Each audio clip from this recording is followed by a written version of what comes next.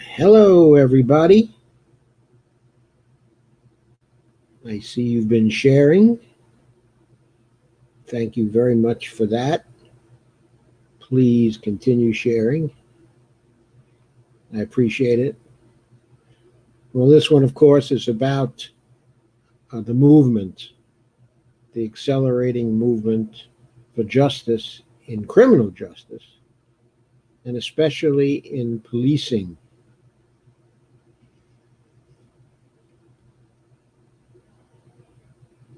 Things are going on all over the country. They continue to go on. They went on over the weekend, and they're still going on. In some places, things are peaceful. They're beginning to be encouraging. That was the case in New York over the weekend. It was the case in Washington, D.C. on Sunday. People were literally dancing in the streets. But it wasn't so much the case in Seattle. So let's start to cover the news around the country. And let's look at the full picture. We'll try to get a look at the full picture, or as much of the full picture as we can cover here tonight. So I'll start by sharing a little piece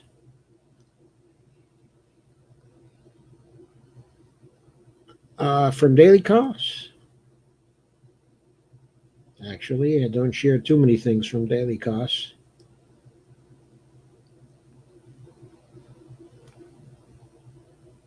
But I thought this was a good little post.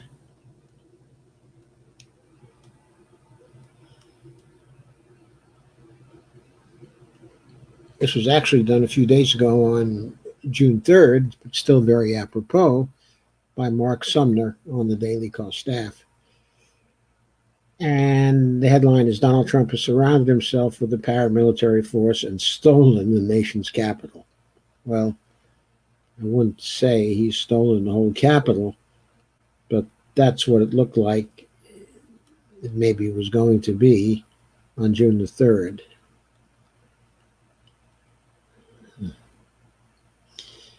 And Sumner starts off in 1967, nearly 100,000 people gathered around the White House to protest the Vietnam War. In 1969, an estimated 500,000 people surrounded the White House and spilled out for blocks in every direction in a moratorium to end that war. Neither Presidents Johnson nor Nixon much enjoyed being at the center of a huge number of protesters. Nixon responded by giving his silent majority, quote unquote, speech, a phrase that Donald Trump repeated on Monday. But one thing neither man did was to wall themselves off from the rest of America and bring into the city an army of unidentified paramilitary forces. And Sumner points out, Donald Trump has built his wall. He built it between the people and the people's house. And on Wednesday, he expanded the perimeter of his wall again. As militia, without badges, identifications of service, or name tags of any sort, steal more square miles of public space from the public and claim it for the bunker king. Claim it for the bunker boy, that is.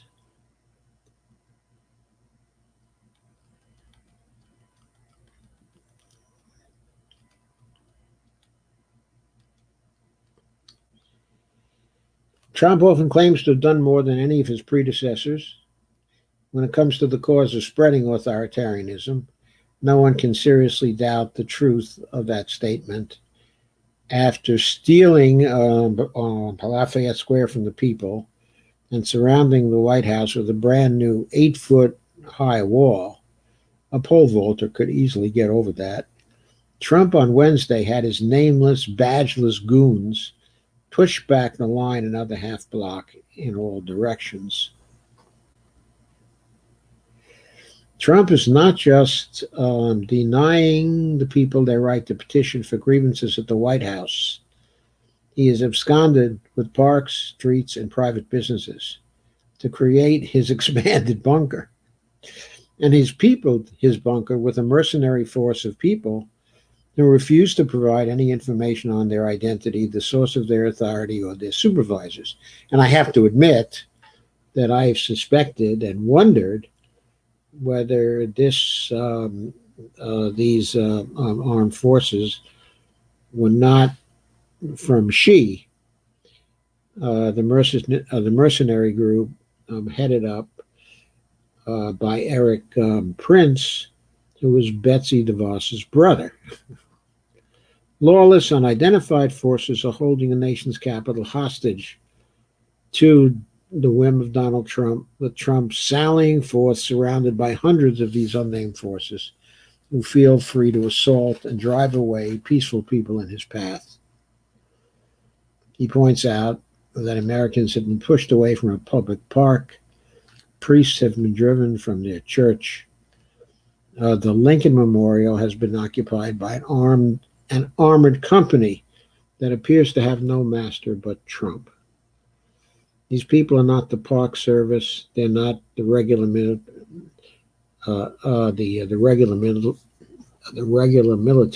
They're not the National Guard. So who are they? Are they guards from the Bureau of the Prisons sent out to treat the public like criminals? Are they private mercenaries, courtesy of Betsy DeVos's family? Are they Immigration and Customs Enforcement, which Trump has seemed to groom for this moment? Are any of them in any way trained for dealing with civilians? What are their standing orders? Under what authority are they operating? How can any of them be held accountable when they're wearing no identification whatsoever? What level of forces are they allowed to use against the unarmed public? This goes beyond not normal. Every newspaper, every representative, every senator should be demanding to know by what right Donald Trump believes he can wall off sections of the nation's capital and fill the city with his own private army. Trump isn't just going beyond the law. He's ignoring it completely. This isn't a question of security. This is a reverse coup. I thought that was extremely well taken, extremely well written. I don't know if technically it's a reverse coup, but still, that was very, very well put. And I think the author, Mr. Sumner, really deserves a commendation for that one.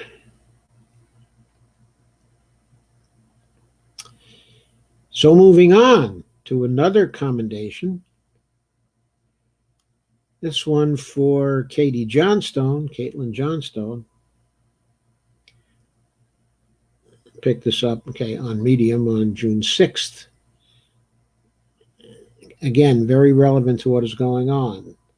The most revealing footage on police brutality is these cops applauding its perpetrators.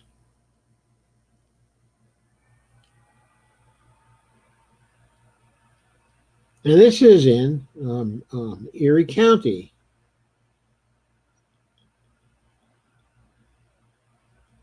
At 12:31 p.m. Central Time. Erie County, last I heard, was on Eastern Standard Time. But anyway, this comes from an MSNBC clip that evidently was broadcast at 12:31 Central Time in the United States.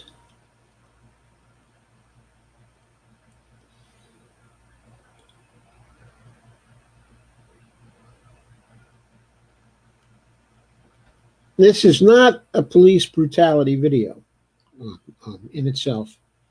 says Katie Johnstone. It doesn't contain any police brutality, but what it does show is the outside of the Buffalo City Courthouse, where members of the police and fire unions awaited the two officers who hospitalized a 75-year-old peace activist by the name of Martin Gugino by shoving him to the ground. When the two officers exited the courthouse, released on their own recognizance,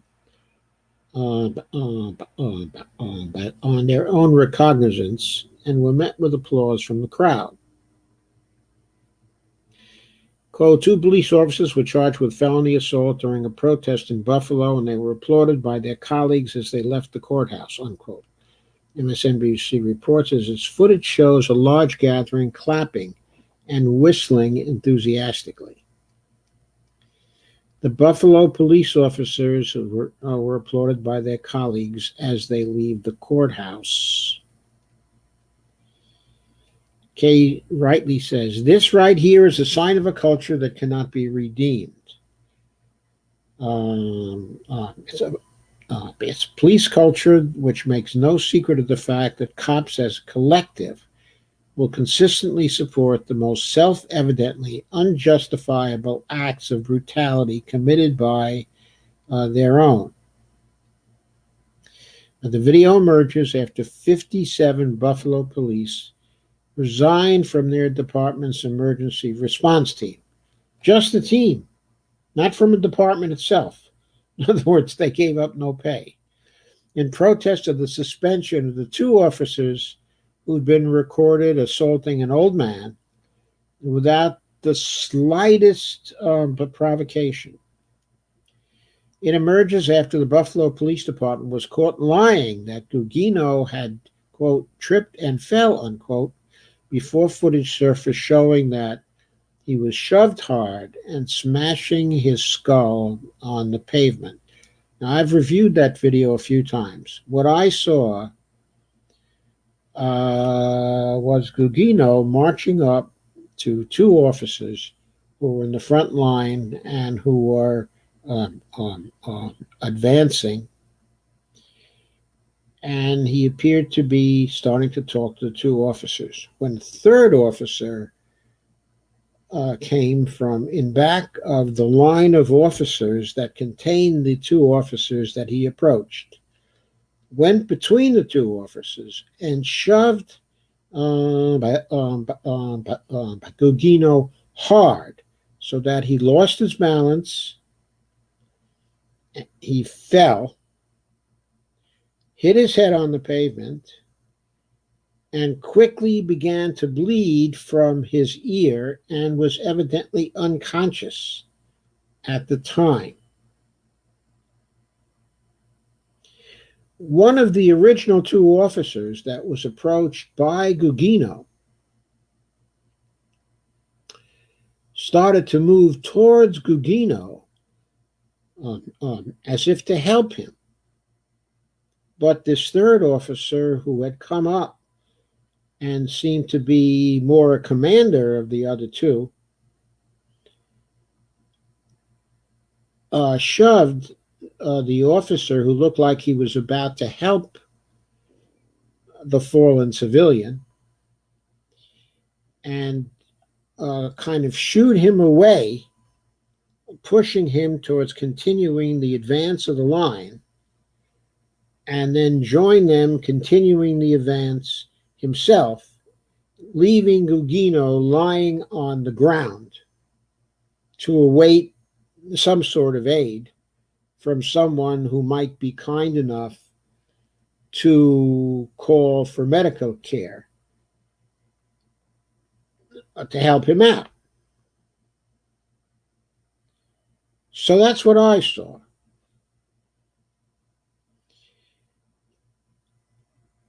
McKay goes on and says, this police department could not possibly have made it more clear to the public that they unconditionally support one another in their viciousness and savagery. And I agree with that because I didn't see any other police that were moving to help him. This is far more damning than any of the many, many video clips circulating that demonstrate irrefutably how police and their apologists have already lost the debate on this matter. It makes a lie of the narrative that's extremely widespread. This is just a minor problem caused by a few bad apples, while the, quote, vast majority, unquote, to quote the 44th president, are good people who uphold their duty to protect and serve the community. By the way, this morning on the Joe and Mika Scarborough show, they were repeating this lie that the vast majority are good people who want to serve and protect, okay, the community. Katie says, clearly that is not the case. Clearly. The reality is that most police stand by other police even when they are undeniably in the wrong. That is not what good people do. That is not what people who have any intention whatsoever doing anything about police brutality do. That is what people who intend to perpetuate a violent and increasingly militarized police force forever do. And I entirely agree with Katie Johnston on that. The video of the acts is linked to in this piece. Katie then goes on to say, this isn't working. Police culture cannot be saved and has no interest in being saved. In the eyes of the armed goon patrol, it's the police, people complaining about the police brutality who are the problem. That's why the response to them has been consistent and copious amounts of police brutality. This is not a matter of passing a few more pieces of law, okay, of legislation. This is not a matter of giving people more workshops and seminars. This is not a matter of needing more police to take a knee during protests or march with them in solidarity. This is a matter of entire police force, from sea to shining sea, which insists on the gratuitous use of violence and will defend any cop who uses it.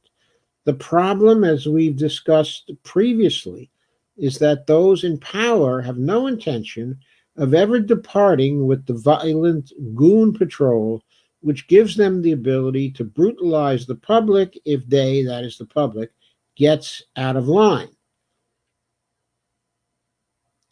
There are many of them are providing lip service to solidarity and listening and understanding right now. But make no mistake, the mainstream rank and file public awakening to the reality they live in a militarized, authoritarian police state was not in the script, and they are getting very nervous about its implications. It will be interesting to see how this plays out, to say the least. Katie Johnstone, of course, is an Australian, okay, observer from afar of U.S. politics, who writes excellently well, I think, about our politics. I'm sure there are many of you who know her work. So, there is pushback to what the police have been doing and what Mr. Trump has been doing.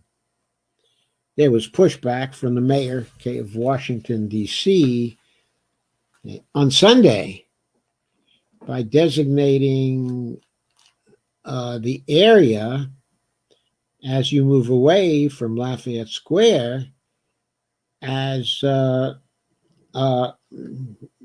renaming it as Black Lives Matter Plaza. That was an excellent, if symbolic, thing to do. That name was painted on the street by the city. Then protesters who had gathered there added to the labeling or added to the party by painting on the street the slogan, defund the police. the city made no attempt to do anything about that particular addition to the identification of the plaza. There were peaceful demonstrations all around that area last night. There was a turning of the new wall that was put up by Donald Trump into a wall that at least externally looked like it belonged to the protesters, because it contained all sorts of slogans against the moves of Trump, okay, and against the police as well, okay, across the country. But there was some pushback in Congress too. Here's an article from Common Dreams on June 7th. I am remembering now to share that.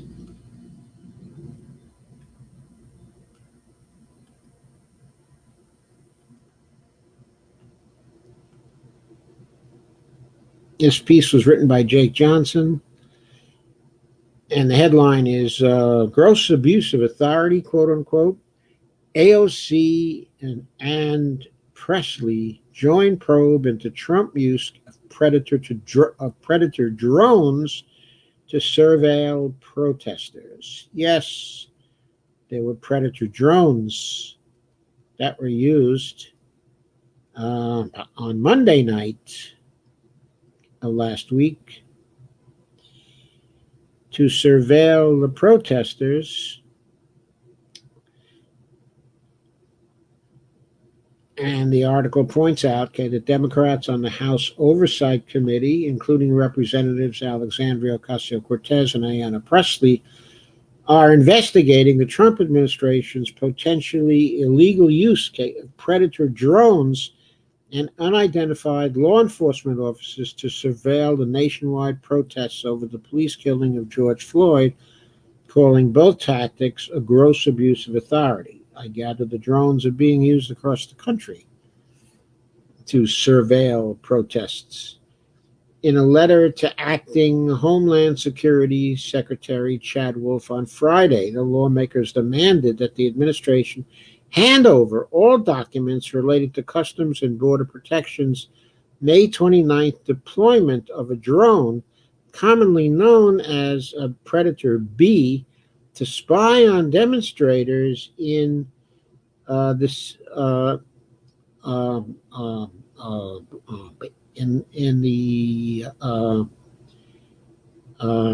city of Minneapolis, where George Floyd was killed by police officers.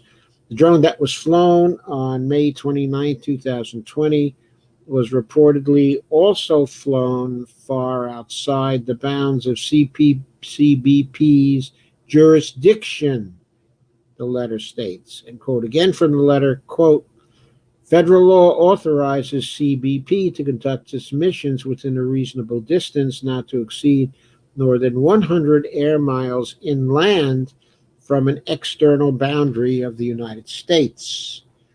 I'm glad some people in our Congress were looking at this and wondering whether CBP had the authority to fly predator drones in this area. House Oversight Committee Chair, Representative Maloney, Carolyn Maloney, Democrat of New York, as well as Representative Jamie Raskin, okay, a Democrat from Maryland, who's also very progressive, and Representative Stephen Lynch, who's Democrat of Massachusetts, joined Ocasio-Cortez and Pressley in launching the probe. The lawmakers demanded that DHS, Department of Homeland Security, quote, provide a full accounting of its activities by June 11th, including a complete list of all jurisdictions where it policed protests, the full cost of those efforts, and the legal authority permitting its intervention. So, the Oversight Committee is looking for information and looking to find out what the legal authority is for the administration to do what it has done. If there's no legal authority there, then, to my mind, that would be an impeachable offense. The committee Democrats also raised alarm at the Trump administration's announcement that it would deploy agents from CBP and from ICE, Immigration and Customs Enforcement, across the nation to bolster police efforts to quell mass demonstrations. As Common Dreams reported Saturday, lawmakers, journalists, and activists are growing increasingly concerned about the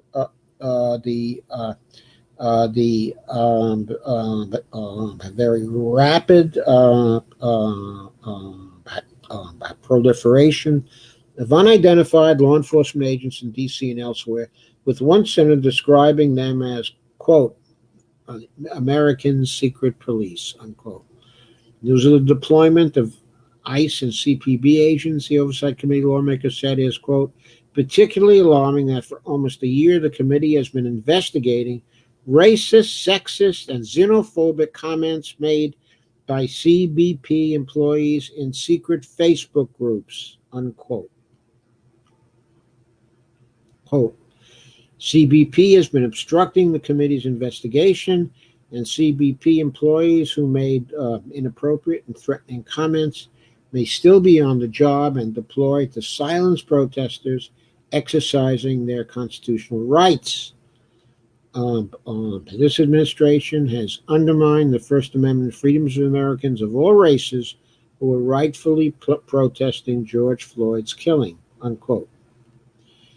And quoting once again, and for a final time, the deployment of drones and officers to surveil protests is a gross abuse of authority and is particularly chilling when used against Americans who are protesting law enforcement brutality, unquote. So there's some pushback from the Oversight Committee in Congress. Let's hope they go through with their pushback and extend it further. Meanwhile, The Guardian reported today, share the screen for you on this one as well.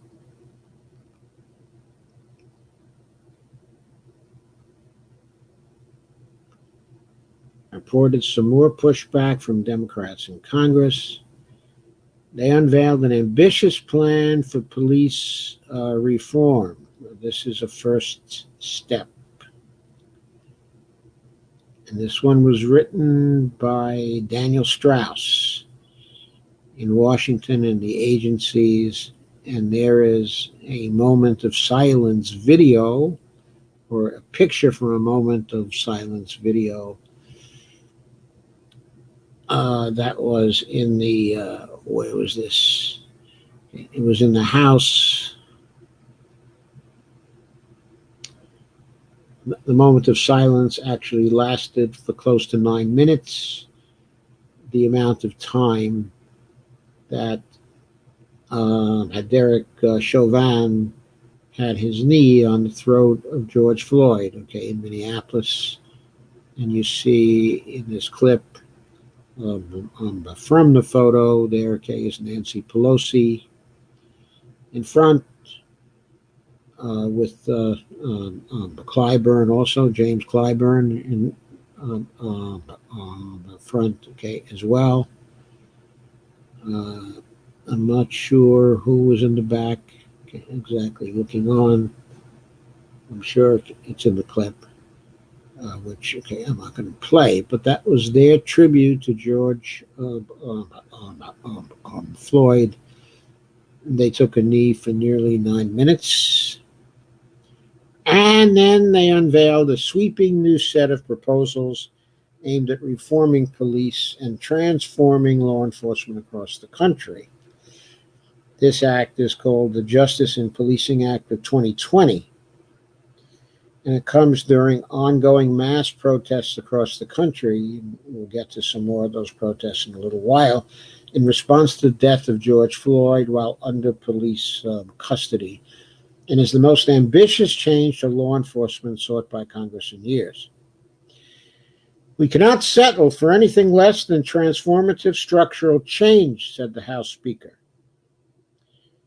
drawing on the nation's history of slavery. Before unveiling the package, House and Senate Democrats including Chuck Schumer, Congressman Jim Clyburn. Is that Schumer in the background there? Doesn't look like Schumer. I don't really see him. He's probably blocked off by Nancy Pelosi in her orange-red suit.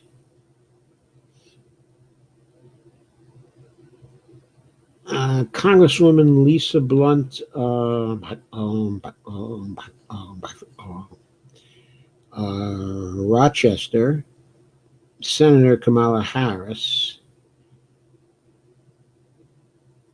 who's not in the photo above, but who is blocked off, by other bodies here, and Senator Cory Booker held a moment of silence at the Emancipation Hall in the Capitol, reading the names of Floyd and others killed during the interactions with the police. And the colorful prayer shawls they're wearing are kente cloths handed out by the Congressional Black Caucus, and they knelt for 8 minutes and 46 seconds. Now, a symbol of the brutality and violence shown by the police. It's a length of time. Prosecutors say Floyd was pinned under Derek Chauvin's knee before he died. Representative Karen Bass, the chairwoman of the Congressional Black Caucus, which is leading the effort, called it bold and transformative. Quote, "The world is witnessing the birth of a new movement in this country," said Bass, and quote again,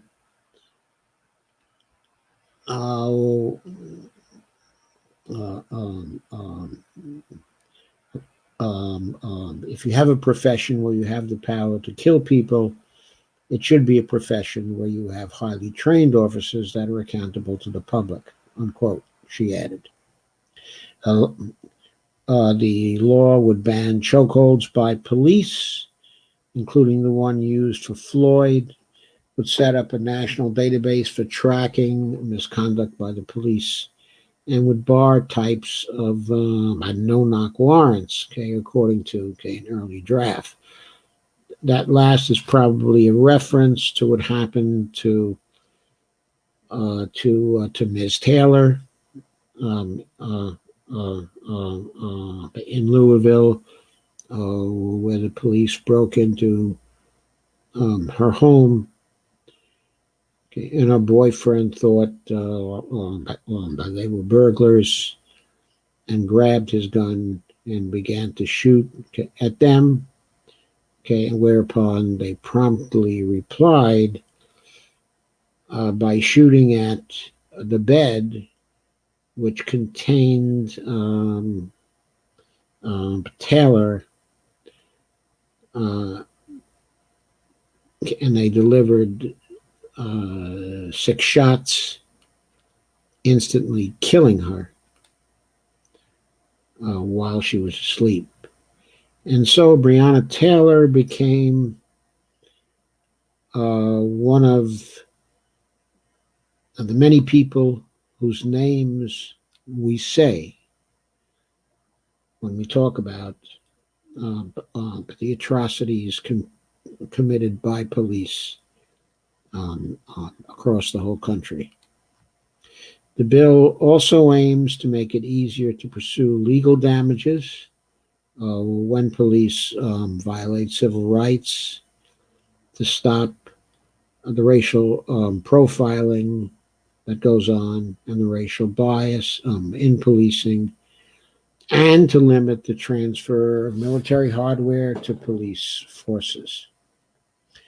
However, the package stops short of fulfilling calls by leading activists to defund the police. The push to dismantle or reduce financial resources to police departments that has struck new intensity in the weeks of protests since the death of Floyd.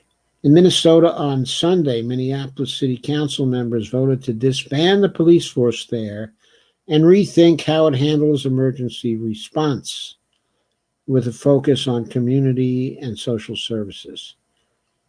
Quote, "This is the first step. There is more to come," unquote, said Nancy Pelosi. Quote, "Once the House passes the Justice and Policing Act,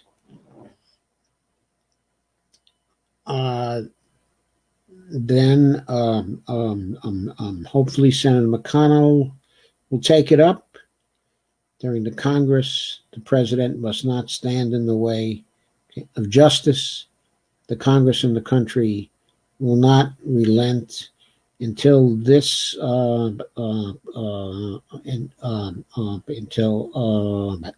this particular legislation is made into law," unquote. The presumed presidential nominee, Joe Biden, who will visit Floyd's family in Houston, Texas, has backed the ban on chokeholds and other elements of the package. On Monday, his campaign issued a statement that though he, quote, "shares the deep grief and frustration of those calling out for change," unquote, he, quote, "does not believe that police should be defunded," unquote.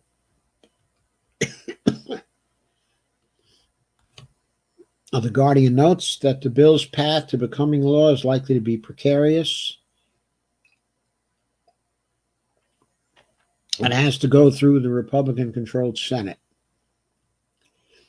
It is unclear if law enforcement and the powerful police unions will back any of the proposed changes, or if congressional Republicans will join the effort. Throughout the press conference on Monday, the lawmakers on the Democratic side vowed to fight for its passage, a subtle concession that the proposal may actually stall somewhere in the legislative process. Okay. In other words, if the Republicans do not respond, this is a bill they're going to run on, but not necessarily a bill that they feel very confident they'll be able to pass.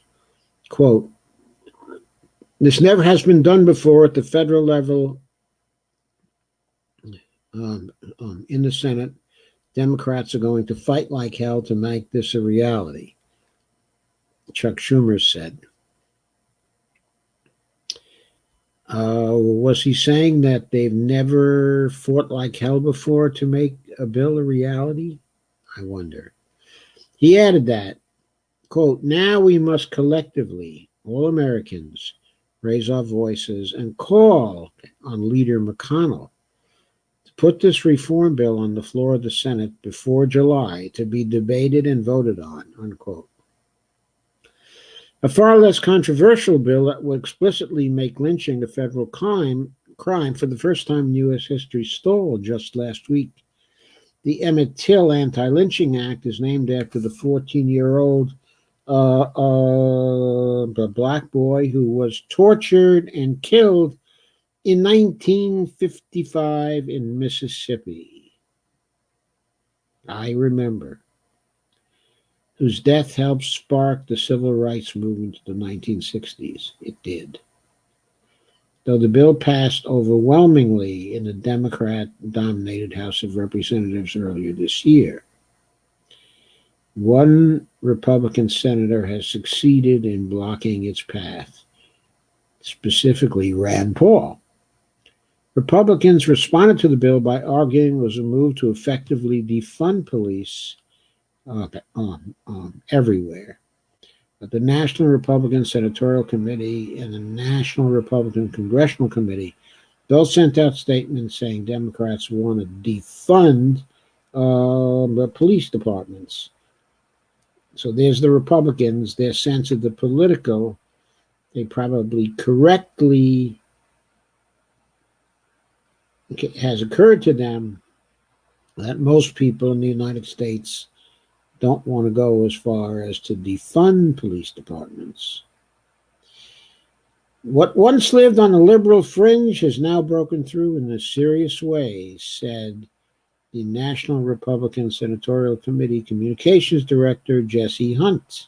Quote, Senate Democrats everywhere are going to have to answer to voters about how they plan to keep Americans safe while their party seeks to, quote, defund the police, unquote.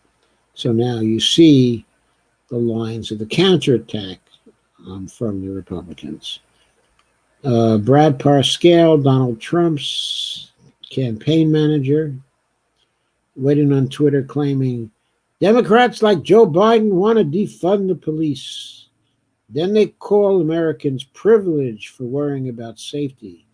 There's nothing privileged about wanting to protect your family. President Trump will always fight for law and order, unquote. And that, of course, explains Joe Biden's immediate response that he doesn't want to defund the police. That's his defense against the instant attack on the part of the Republicans to the idea of defunding the police. So Trump himself tweeted out, quote, law and order, not defund and abolish the police. The radical left, the Democrats have gone crazy, unquote. It's not clear if he was referring to the specific bill, says this report, or whether he was referring just in general. Okay. So that's it for that one as well. But you see some of the politics surrounding this. Another article, I'm sorry. This is a piece, important piece, in relation to COVID-19 cases, okay, in the U.S. While we in the United States are easing our restrictions, which is a move I think is incredibly unwise, a study was released that estimated that the shutdowns we have had actually prevented 60 million COVID-19 cases inside of the U.S. alone.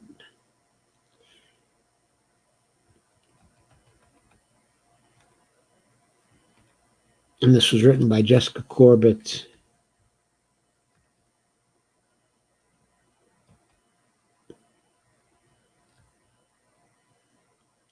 Today. Sorry, it was today. Though the number of confirmed COVID-19 cases in the United States is nearing 2 million, and the death toll has topped 110,500, by the count of my tracker, COVID-19stats.live, the current total is 113,055. And the total confirmed cases is 2,026,400, okay, and 25.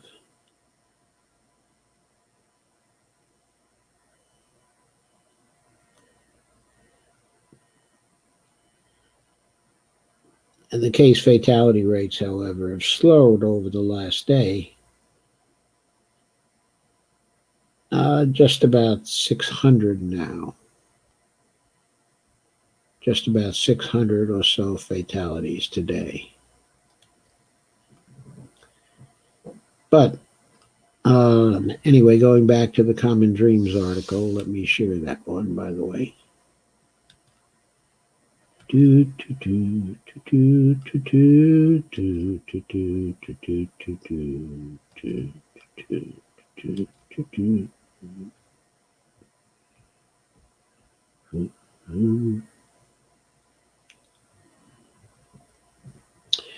Anyway, the author says that one analysis published Monday in the journal Nature shows that stay-at-home orders and other measures implemented in response to the ongoing coronavirus actually prevented about 60 million infections nationwide. I don't know what model that is based on.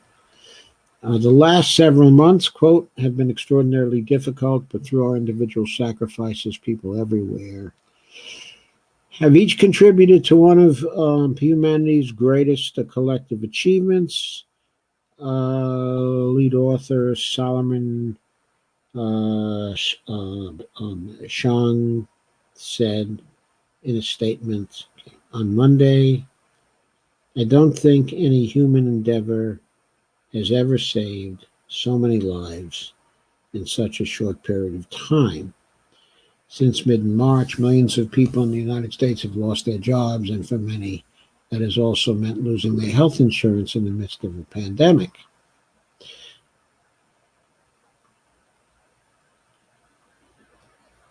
The struggles to access health care, remain in their homes, and keep food on the table has put pressure on congressional leaders and the Trump administration to dramatically expand efforts that would actually provide relief to people who need it.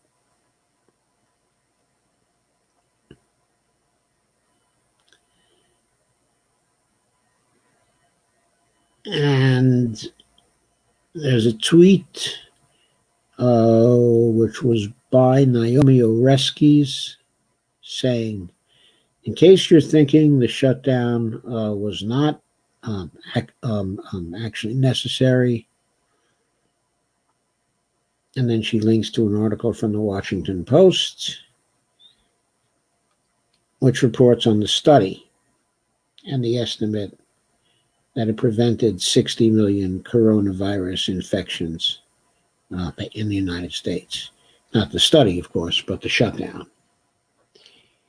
There's another study estimated the shutdown saved about 3.1 million lives in 11 countries in Europe and dropped infection rates by an average of 82% in Europe. The findings come as communities across the country are easing restrictions, despite worries that reopenings too early could lead to a surge in new infections. The analysis also comes amid a wave of nationwide protests against brutality by the police and systemic by racism, for which hundreds of public health experts have expressed support, while also warning of the inherent risks and the necessity of taking precautions.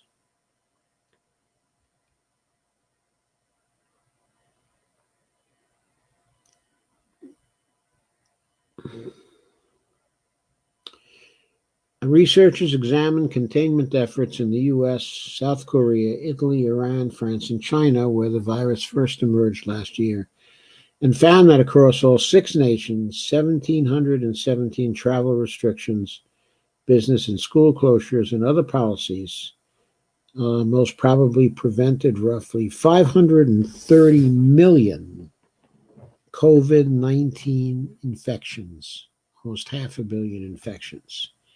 The study period ended April 6th. Continuing policy since then has likely prevented many millions more cases, according to Xiang, director of UC Berkeley's Global Policy Laboratory and a professor at the Goldman School of Public Policy. He said that April and May would have been even more devastating if we had done nothing, with a toll we probably can't imagine. It's as if the roof was about to fall in, but we caught it before it crushed everyone. It was difficult and exhausting, and we're still holding it up. But by coming together, we did something as a society that nobody could have done alone, and which has never been done before.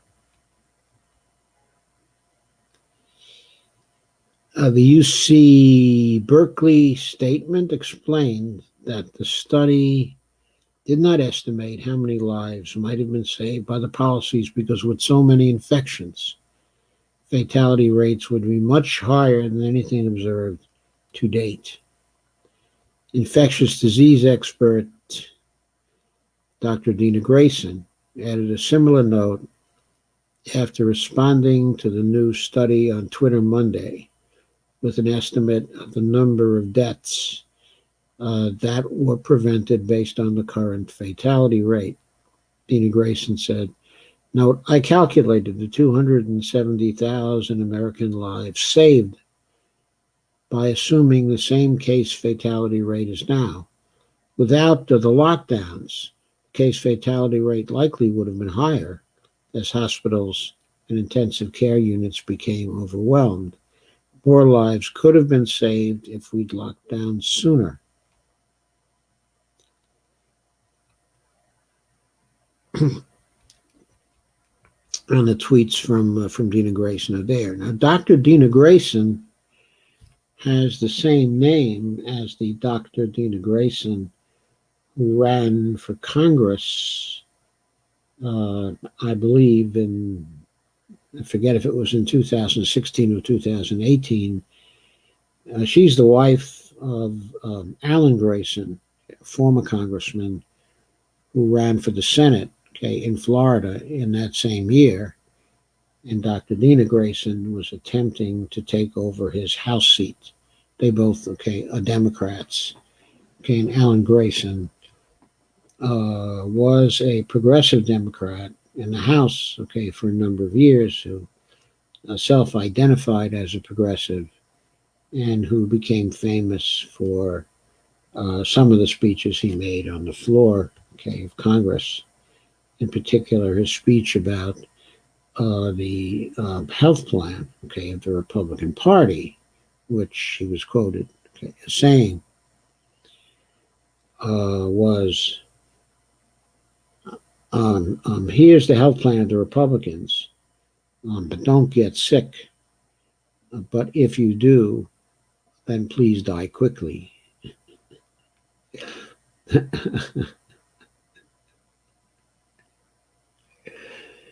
I always get a little bit of a kick out of that. As the Washington Post reported on Monday, I should add that since then, what the Republicans have been doing, of course, is to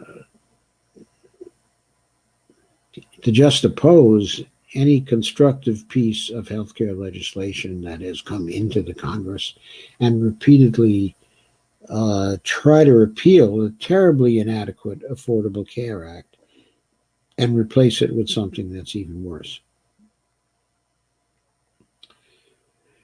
A separate study from epidemiologists at Imperial College in London estimated the shutdown saved about 3.1 million lives in 11 countries in Europe, including 500,000 in the UK, dropped infection rates by an average of 82%. But the overwhelming majority of people remain susceptible to the virus. Only about 3 to 4% of people in the countries being studied have been infected to date, said Samir Bhatt, senior author of the Imperial College London study. This is just the beginning of the epidemic. We're very far from herd immunity, he said to the Post in an email Monday. Quote, the risk of a second wave happening if all interventions and precautions are abandoned, unquote, is very real, unquote. I should say, sorry, is very real, unquote. So,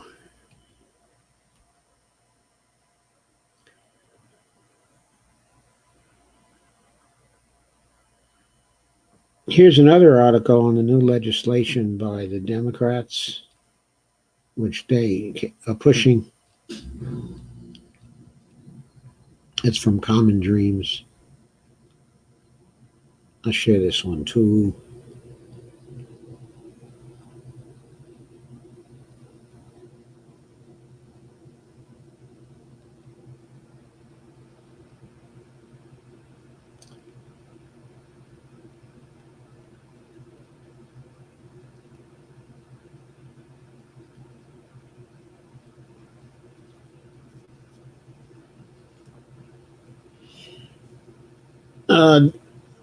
This bill, which I don't believe was mentioned by The Guardian, will also make lynching a federal crime. So it incorporates the Emmett Till Act inside of it. Quote, the justice in policing, I guess I quoted that before.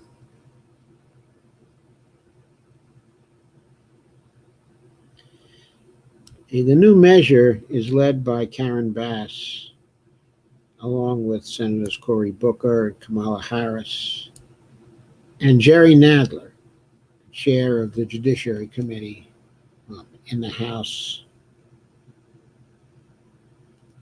who's currently being challenged by a progressive in the primary coming up in New York on June 23rd.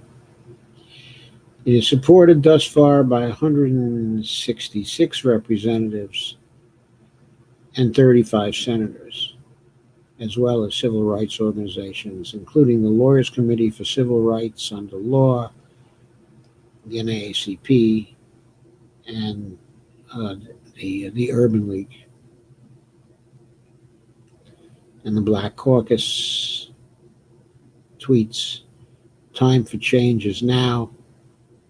House and Senate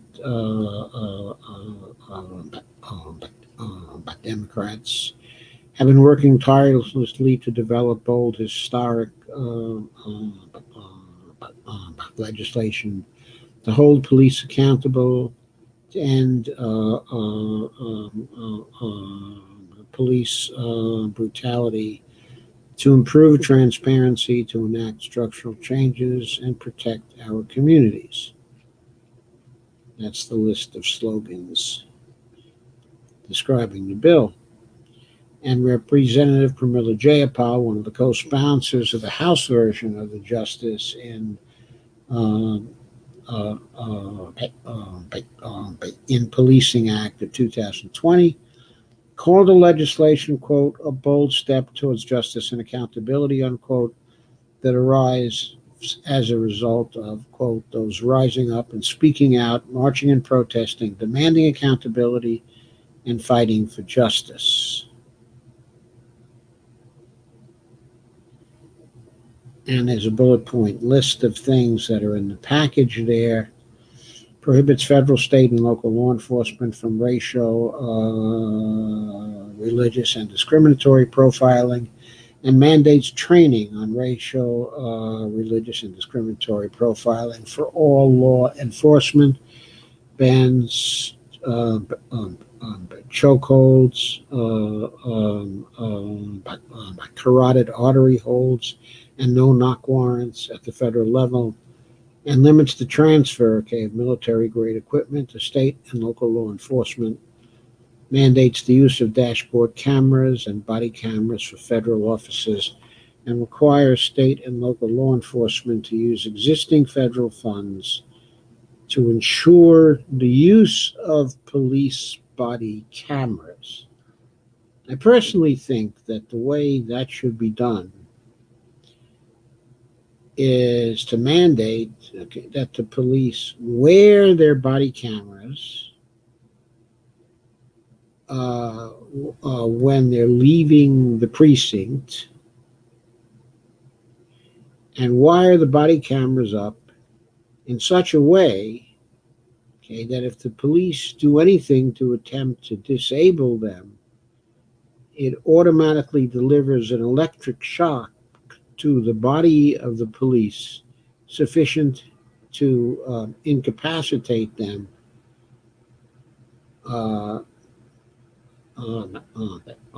until the cameras are made operable once again. How's that for making sure they do not move to disconnect their body cameras? I'm sorry. I'm just sick and tired of police shutting off their body cameras. We all know that when they want to do something illegal, they shut off their body cameras. It should automatically be assumed as the crime should be the shutting off of the body cameras. That should be a more serious crime than anything else they might do. Establishes a national police misconduct registry to prevent problematic officers who are fired or leave on agency from moving to another jurisdiction without any accountability. It amends the federal criminal statute from willfulness to a recklessness standard to successfully identify and prosecute misconduct by the police. Reforms qualified uh, immunity so that individuals are not barred from recovering damages when police violate their constitutional rights. I think that's a good reform.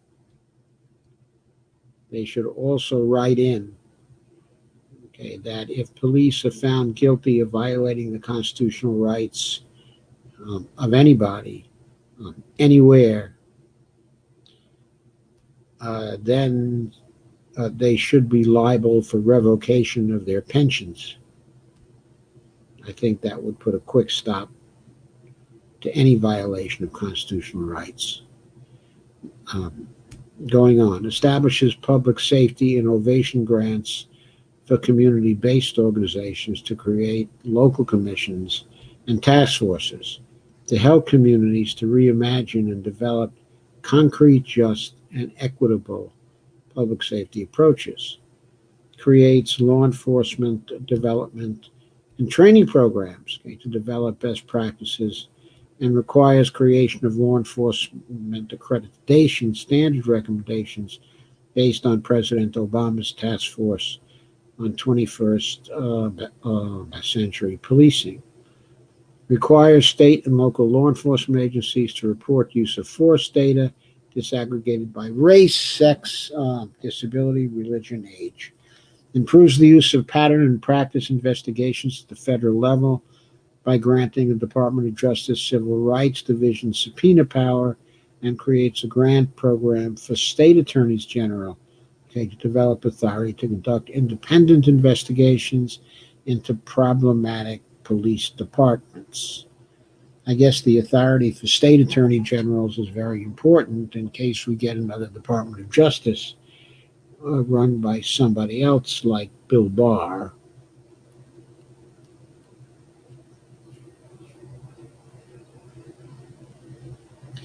And not to mention Attorney General Gonzalez in the George W. Bush administration. Jesus. Established the Department of Justice Task Force to coordinate the investigation, prosecution, and enforcement efforts of federal, state, and local governments in cases related to law enforcement misconduct. Cory Booker, in a Monday statement, said, okay, the legislation takes a comprehensive approach to ending police brutality, unquote. On the back end, the bill fixes our federal law so law enforcement officers are held accountable for egregious misconduct, and police abuses are better tracked and reported, he said. And quote again, and on the front end, the bill improves police practices and training to prevent these injustices from happening in the first place. And then there are quotes from people, okay, who approved the bill.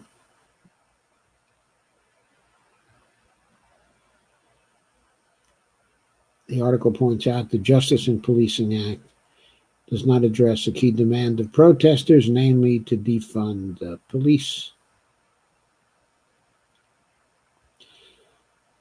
And one writer, a guy by the name of Merkinson, Jack Merkinson, described the new legislation as an example of wholly inadequate attempts to harness the energy of the protests and redirect them into more politically comfortable paths, when it's clear police reform is not enough, unquote. Human rights lawyer and Guardian columnist Derek Purnell was blunt in her assessment of the proposal, calling it, quote, not a step in the right direction, unquote. quote, it reaffirms that policing can be a just institution, she tweeted. And quote again, the last 6 years have shown that consent decrees does not stop and cannot stop the police from surveilling, arresting, and jailing black people. It is their job, unquote. So, apparently, it does not go far enough, does it? So now we hit Seattle.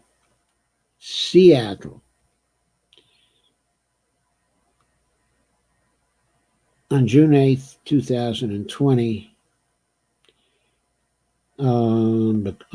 Shama Sawant says, Google the Geneva Conventions, quote unquote. She tells the Seattle mayor after police used tear gas on protesters, despite a ban. This article was written by Owen Higgins, staff writer at Common Dreams. And Owen points out, Seattle Mayor Jenny Durkin's Friday promise that law enforcement would stop deploying tear gas against protesters for 30 days didn't even last the weekend as police flooded city streets with a chemical weapon Sunday in an attack on peaceful protesters demonstrating against police brutality. This is a wild abuse of power, tweeted the Move On group, the progressive group known as Move On. I don't know how progressive they really are, but I think that's a discussion for another day. And Move On, hashtag Black Lives Matter, said this is a wild abuse of power. Coming days after Seattle Mayor Jenny Durkin enacted a 30-day ban on the use of tear gas in the city. Here's a picture from a video clip showing the street was completely covered with tear gas from the police. Demonstrations against police violence and racism have roiled Seattle as they have at cities around the nation in 2 weeks since George Floyd was killed by 4 Minneapolis police officers last month. The unrest has sparked a shift in national opinion on policing in cities around the country are defunding police departments, and in Minneapolis, beginning the process of dismantlement. The Seattle City Council on Monday debated rerouting funding from the police department, with most members agreeing some money could be better spent on community service and the public good. Seattle police have continually escalated conflict with demonstrators, even as other departments around the country have pulled back on their violence and attacks on peaceful protesters. For example, on Sunday, actually, the whole day, D.C. police, most probably on orders from Mayor Bowser, pulled back and used very supportive tactics to handle the crowds, in D.C. It turned out to be a day full, of good feeling in Washington. People were literally dancing in the streets. The protests were well covered by Status Quo, and Jen Dyes. And it's very instructive to look at what she observed. And it seemed like a good day was had by all in D.C. on Sunday. And some notable people from the Congress even joined the protests, including Mitt Romney, who was out there protesting on Sunday. On Monday in Seattle, council member Kshama Sawant demanded that Jenny Durkan, the mayor, Google the Geneva Conventions to know what tear gas is all about, citing the international protocol's ban on using the chemical on civilians. Sawant, who was among those gassed and attacked by police on Sunday night, is calling on Durkan to resign. She said, just got maced and gassed with hundreds others by Seattle police on 11th and Pine with no provocation. All the movement was demanding was, let us march. Shameful violence under Mayor Durkan, and the 30-day tear gas pause is totally meaningless. Durkan must go. Hashtag defund the police. And there's a picture at 3:42 a.m. on June 8th, 2020. That's very early this morning, by the way.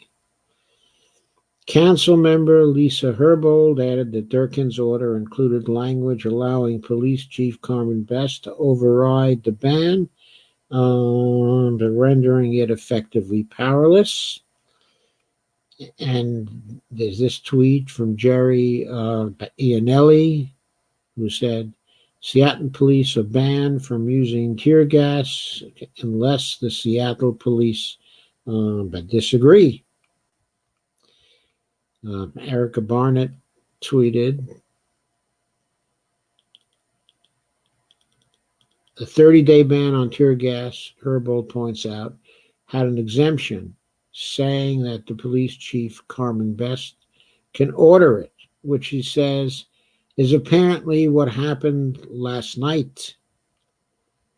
Earlier on Sunday, an armed counter-protester drove his car into demonstrators and drew a gun, firing into the crowd and wounding a young man. The shooter, a white man, was taken into custody by police after the incident. And the New York Times tweeted, the person drove into a crowd of Seattle protesters on Sunday night, authorities said, and one person was shot. The Seattle Police Department said the driver was in custody, and there's a video there of how the driver was treated.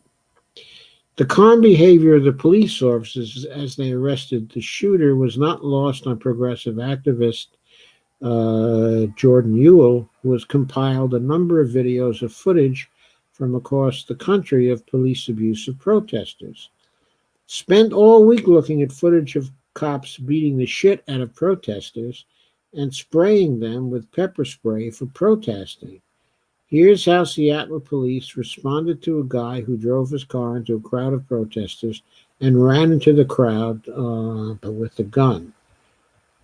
I don't know if this video is available from here. I tried to get it before, but it said it was not available. Journalist and activist Joshua Potash cited the use of tear gas by Seattle police and the attacks on demonstrators in the city as an indicator that simple police reform won't work. Small reforms are not enough, tweeted Potash. The culture of our policing is rotten, unquote. And he, of course, is right. And one thing you all should know is that using tear gas on civilians who are peacefully protesting is against international law. It's against a resolution passed by the UN a long time ago. That is not something new. It just is not something new.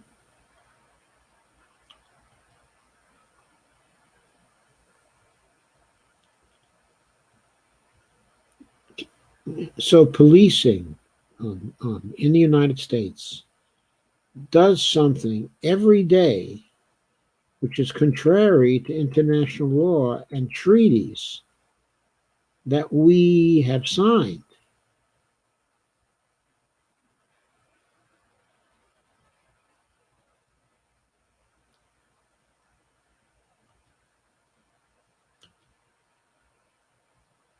And this final article is going to underline that. This is, I'll share the screen for this one.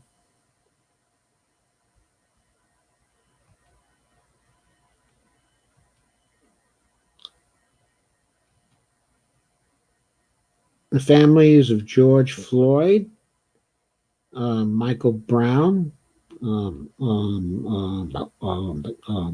Breonna Taylor, and Philando Castile joined 600 plus groups urging a United Nations probe of U.S. police violence.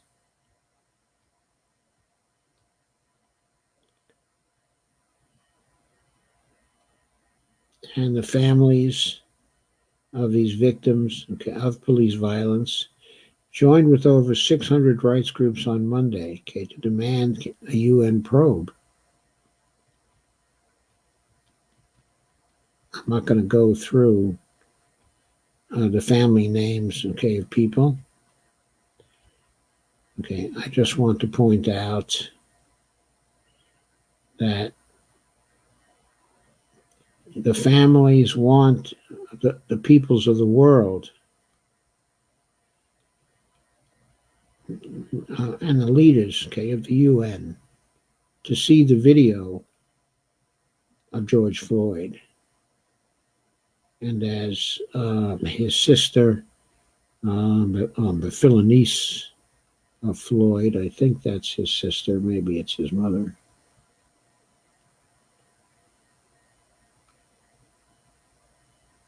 No, I'm sorry. Actually, Philanice Floyd is George's brother.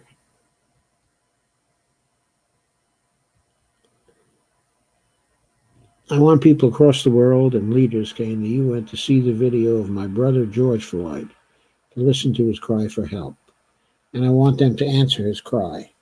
I appeal to the United Nations to help him, help me, help us, help Black men and women in America. And the ACLU tweeted in support of that. They want the UN to mandate an independent investigation into U.S. police killings of Black people and protest suppression by the police. So it's finally come to an international incident, how we treat protesters exercising their civil liberties here in the United States. And the attorney for the Floyd family, Ben Crump, said that our nation has, quote, a pattern and practice of condoning the torture and extrajudicial killing of African Americans. And, quote again, we have exhausted our domestic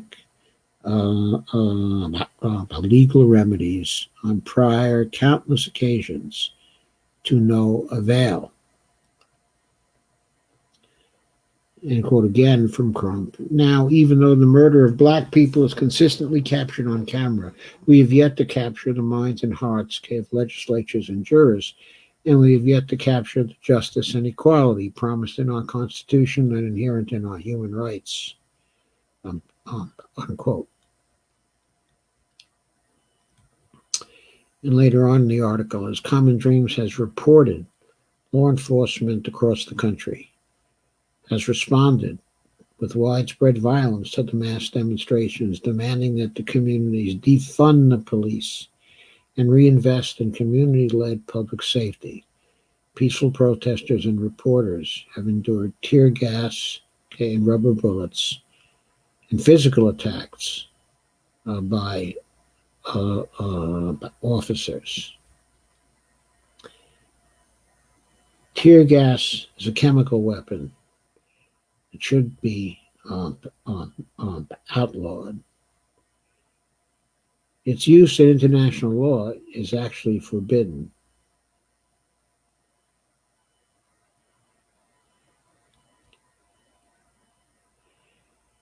And the letter written by the people calling for action from the UN calls for the inquiry to report its findings to the Human Rights the Commission,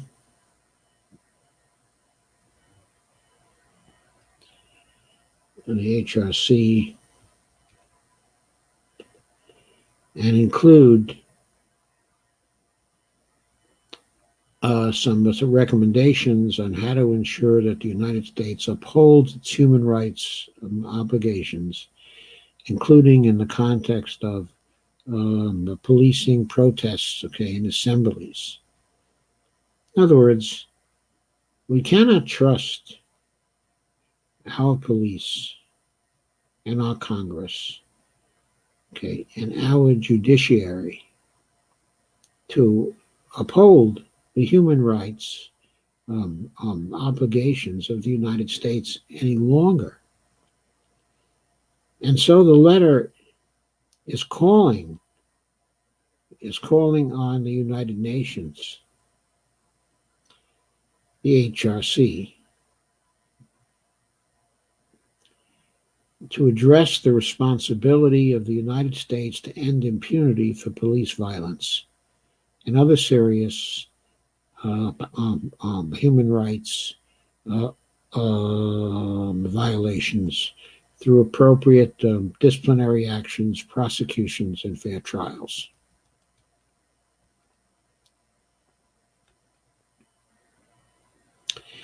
And the letter adds the HRC should pressure the U.S. to give officials of the UN, quote, full and unrestricted access to interview witnesses, including members of the police, to inspect places of detention, and to monitor trials related to the protests and their aftermath.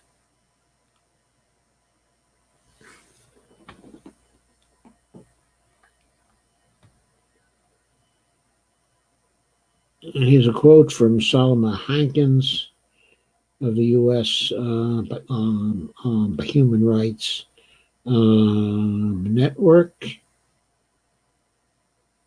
And I'm not sure if it's a he or she, but I think it's a he. So he says, quote, we believe it is important to move this issue to the international stage to highlight the hypocrisy of the U.S. government stance, where it calls out human rights abuses abroad, as in Venezuela, for example, but ignores government-sanctioned violence at home, unquote, or government-sanctioned violence in Saudi Arabia, for example, which we have always ignored as a government.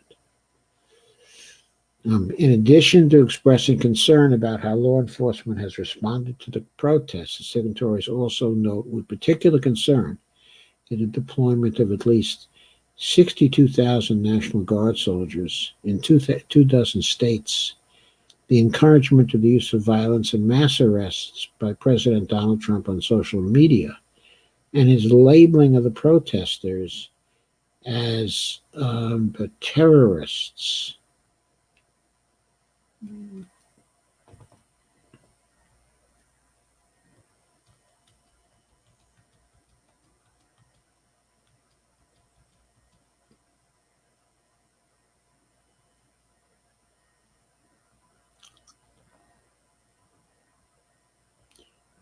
I'm sorry, it's the Human Rights Council, not the Human Rights Commission.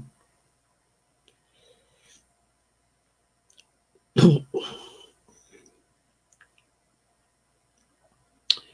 the Human Rights Network tweeted, thank you. Never before has the UN Human Rights Council received this kind of civil society support for a special session on U.S. Hashtag racial justice. We are proud and humbled to stand alongside family members of victims of police violence. Read the full letter, and there's a link to the full letter, which you should read. And Jamal Dakwar, director of the ACLU's Human Rights Program, echoed that sentiment, declaring that, quote, "It is time the United States face the same scrutiny and judgment it is quick to pass on to other countries, and to use, by the way, as an excuse for military intervention in other nations."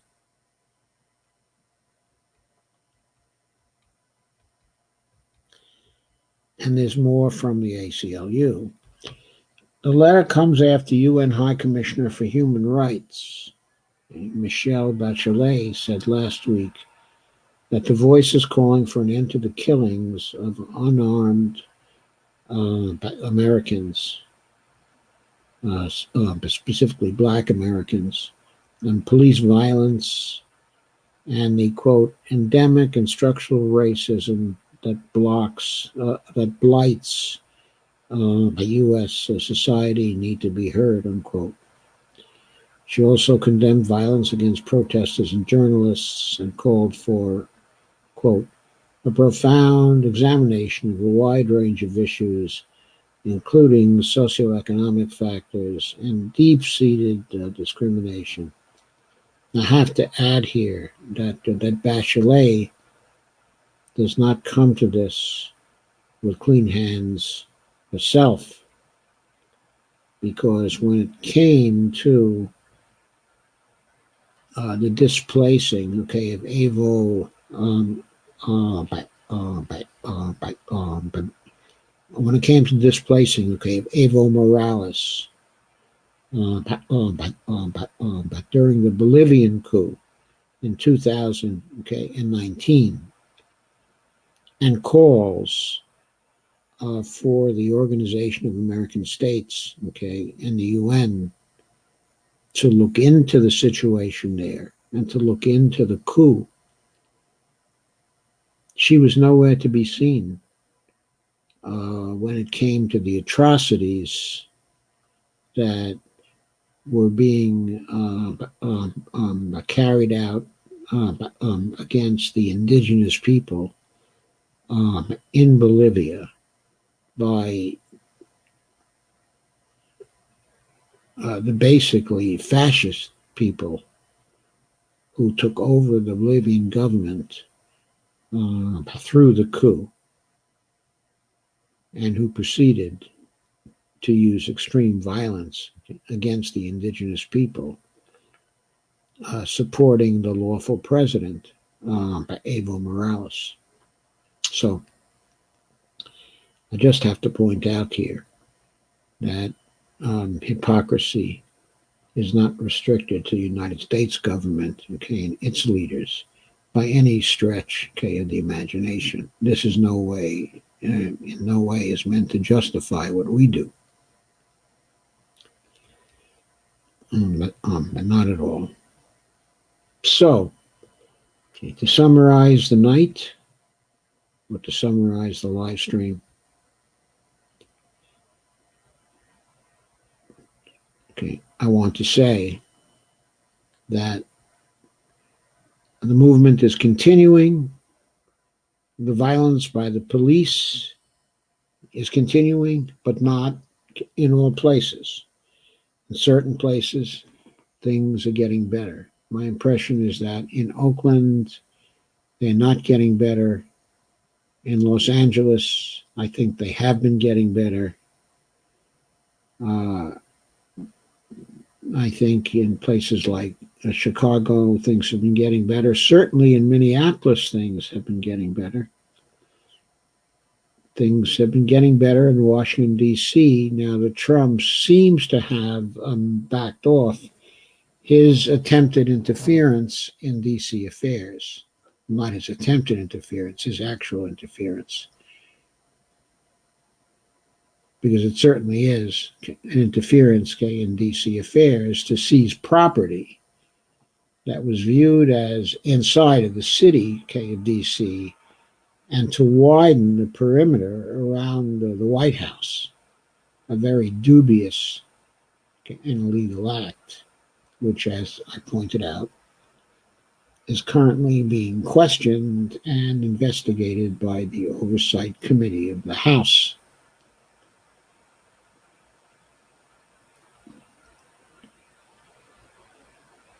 So, I will now turn to your comments. Almost turn to your comments. First, I'd like to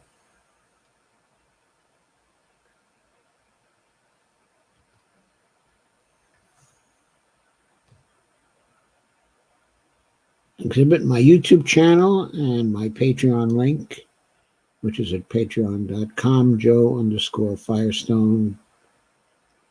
I will do that again.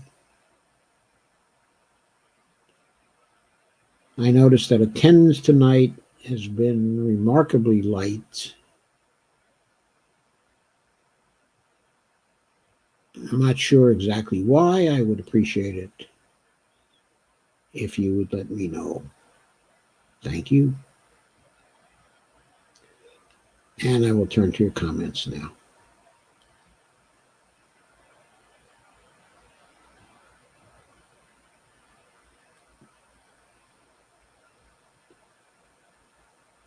Kay says, hi all. Sandy says, hello. Kay says, shared. Hi, Kay and everyone. Kay says, it looks like a war zone in Seattle. It was a war zone in Seattle. And Russ says, chuckles, the Bunker King. Rick says, evening all.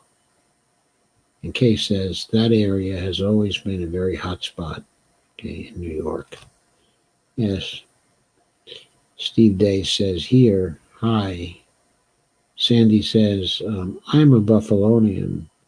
I know Mr. Gugino from the Peace Center. It sucks all around.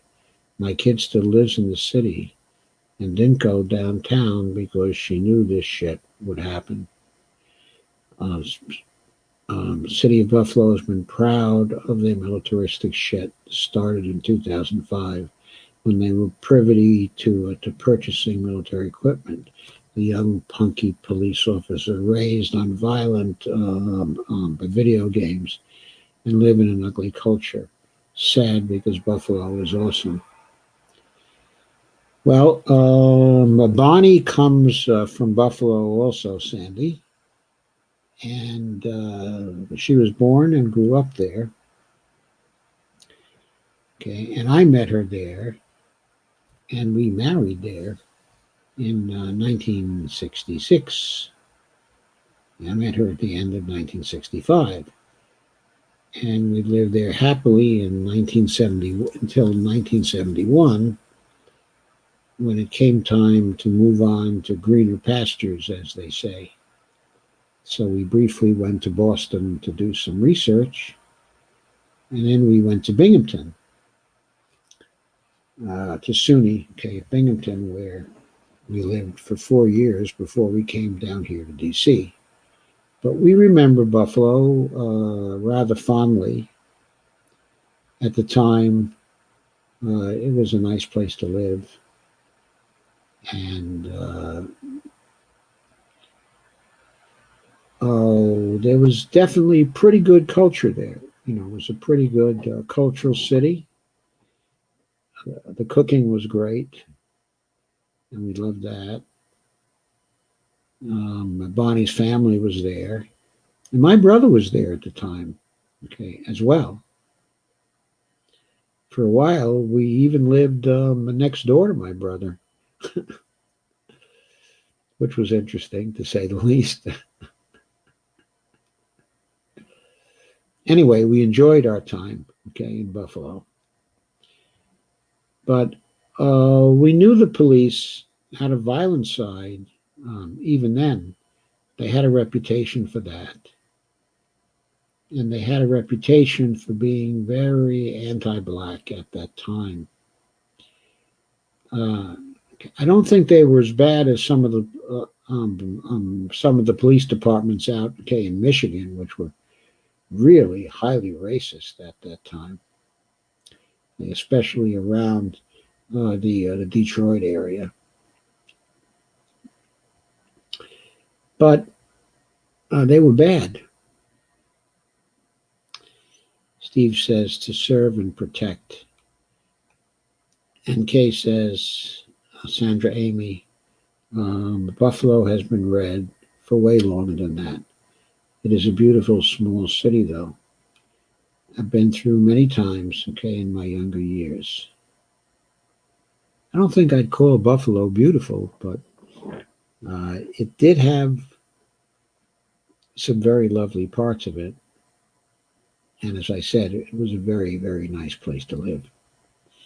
Sandra says, also there is a black, a Democratic mayor, and is very diverse.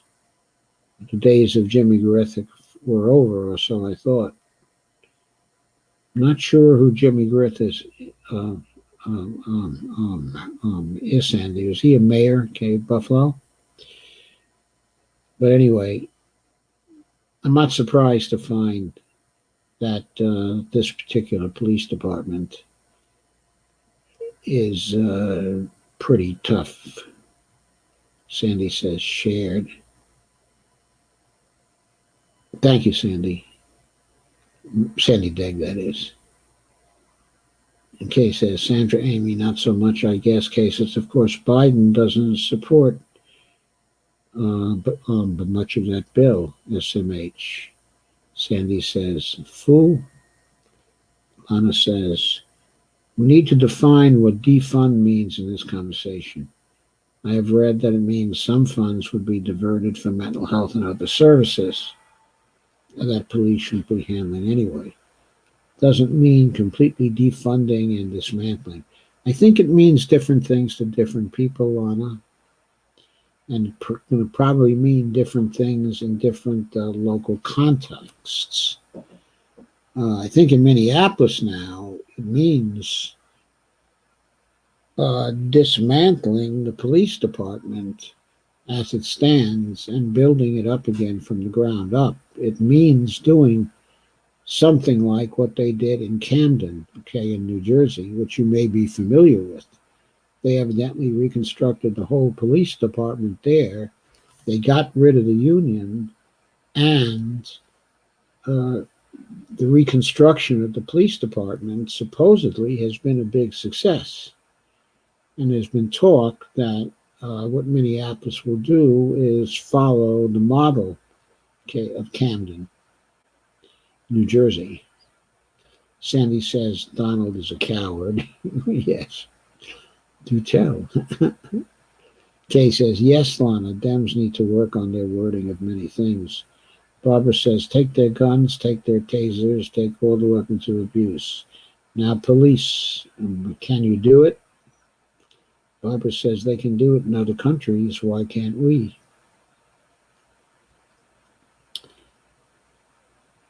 It's going to take a lot for us to do it.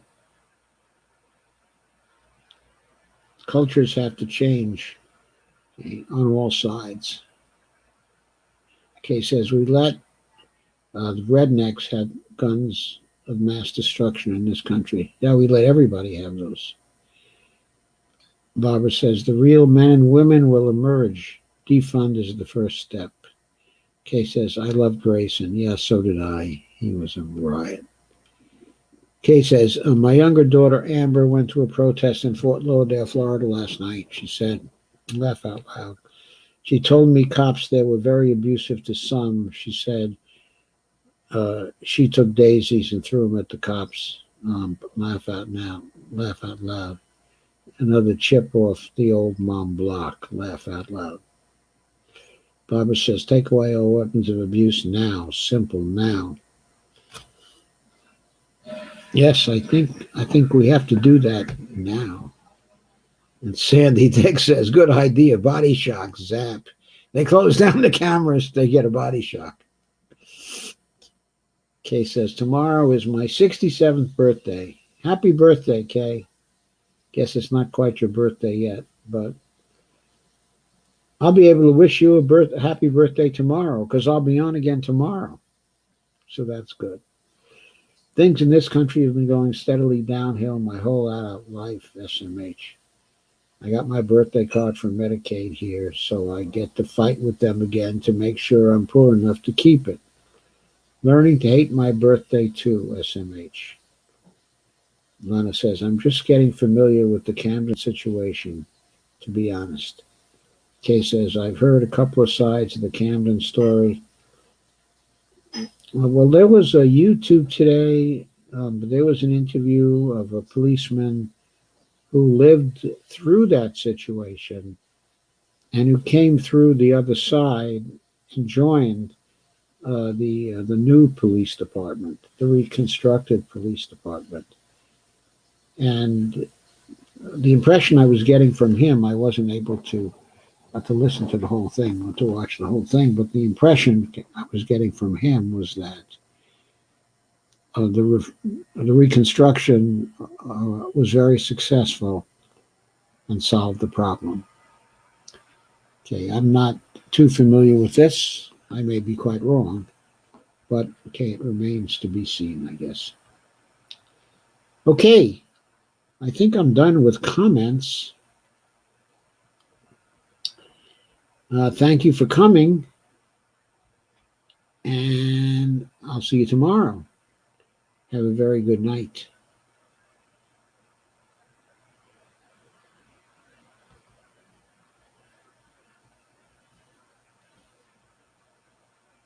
Sandy says Camden is a rough area. I know.